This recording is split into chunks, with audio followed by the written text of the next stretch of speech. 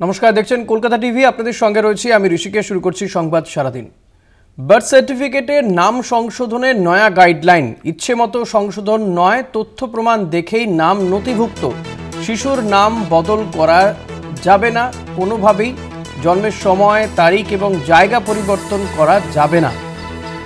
এবার birth certificate নিয়ে নতুন নির্দেশিকা। ইচ্ছে মতো সংশোধন নয় এমন নির্দেশ দেওয়া হয়েছে। কোনোভাবেই জন্মের সময়, তারিখ এবং জায়গা পরিবর্তন করা যাবে না। শিশুর নাম পরিবর্তন করা নিয়ে নয়া গাইডলাইন। বার্থ সার্টিফিকেটে নাম সংশোধনের নয়া গাইডলাইন। ইচ্ছে মতো সংশোধন নয়, তথ্য প্রমাণ দেখেই নাম নথিভুক্ত করতে হবে। শিশুর নাম বদল করা যাবে না কোনোভাবেই। জন্মের সময়, তারিখ এবং জায়গা পরিবর্তনও করা যাবে না এমনই নির্দেশিকা দেওয়া হয়েছে বলে জানা যাচ্ছে। নির্বাচন কমিশন যে নতুন এসআইআর করছে, সেই আবহে এমনিতেই রাজনৈতিকভাবে গোটা দেশেই এই এসআইআর নিয়ে একটা চাপানুতর রয়েছে। তারই মধ্যে এবার এই বার্থ সার্টিফিকেট নিয়ে নয়া গাইডলাইন। বার্থ সার্টিফিকেটের নাম সংশোধনের নয়া গাইডলাইন। অরিত্র ঘোষ রয়েছেন আমার সঙ্গে। অরিত্র, এই গাইডলাইন হঠাৎ করে কেন এবং কি কি বলা হচ্ছে তাতে? দেখো, স্বাস্থ্য দপ্তরের স্বাস্থ্য ভবনের তরফ থেকে নয়া নির্দেশিকা জারি করা হয়েছে এবং যে নির্দেশিকাতে বেশ কয়েকটা বিষয় স্পষ্ট করা হয়েছে, যার মধ্যে উল্লেখ হচ্ছে জন্ম শংসাপত্র বা বার্থ সার্টিফিকেট।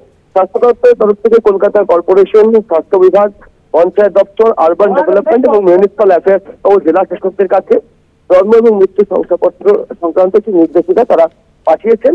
জন্মের রেকর্ডের নাম এবং পদবি পরিবর্তন এবং সংশোধনের নির্দেশিকা। এখানে যেটা বলা হচ্ছে যে কোন কোন ক্ষেত্রে জন্মের শংসাপত্রের ত্রুটি পরিবর্তন অনুমোদনযোগ্য এবং অনুমোদনযোগ্য নয় তার নির্দেশিকায় বলা হয়েছে। যেমন নামের বানান ভুল, জন্মস্থানের তারিখ বিন্যাসে কেরানিগত ত্রুটি অথবা মুদ্রণে কোনো ভুল থাকলে, রেজিস্টারে তথ্য কপি করার সময় যেসব তথ্য ভুল হয়েছে, জন্মের পরে এবং জন্ম সংক্রান্ত তথ্য নথিভুক্তের সময় ভুল কারণে ভুল এন্ট্রি, প্রাথমিক নিবন্ধের সময় যদি শিশুর নাম প্রবেশ না করা হয় তাহলে পরেও নাম যোগ করা যেতে পারে। একই সাথে যেটা মূলত বলা হচ্ছে যে জন্মের শংসাপত্র ক্ষেত্রে কি কি পরিবর্তন অনুমোদনযোগ্য এবং কোন কোন পরিবর্তন অনুমোদনযোগ্য নয়, নামের বানান, জন্মের তারিখ, জন্ম শংসাপত্র পরিবর্তনের ক্ষেত্রে কি কি নিয়ম মানতে হবে, তারই গাইডলাইন কিন্তু স্বাস্থ্য ভবনের তরফ থেকে প্রকাশ করা হলো। অরিত্র, হঠাৎ এই গাইডলাইনের কারণ কি? সেটা স্বাস্থ্য ভবন তারা জানাতে পারবেন কি কারণে, কোন পরিপ্রেক্ষিতে নির্দেশিকা তারা জারি করেছে।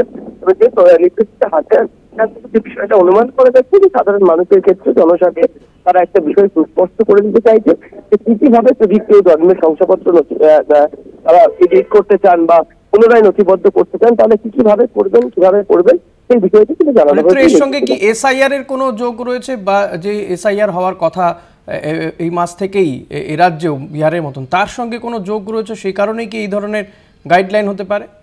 স্বাস্থ্য ভবনের তরফ থেকে যে নির্দেশিকা তাতে এই ধরনের কোনো কথাই লেখা নেই বা উল্লেখ নেই। আপাতভাবে সেরকম কোনো যোগ রয়েছে কিনা সেটা মনে করার কোনো কারণই এখনো পাওয়া যাচ্ছে না।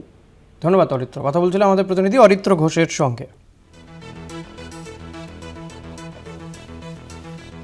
সার্টিফিকেটের নাম সংশোধনের নয়া গাইডলাইন স্বাস্থ্য ভবনের পক্ষ থেকে। ইচ্ছে মতো সংশোধন নয়, তথ্য প্রমাণ যাচাই করে তারপরেই সংশোধন করা যাবে। শিশুর নাম বদল করা যাবে না কোনোভাবেই, তা সম্ভব নয়। জন্মের সময়, তারিখ এবং জায়গা পরিবর্তনও করা যাবে না এমনই নির্দেশিকা জারি করা হয়েছে স্বাস্থ্য ভবনের পক্ষ থেকে।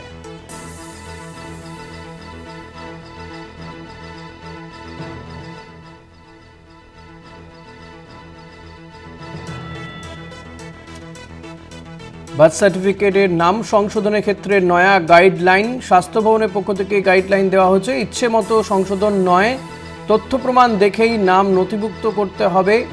শিশুর নাম বদল করা যাবে না কোনোভাবেই।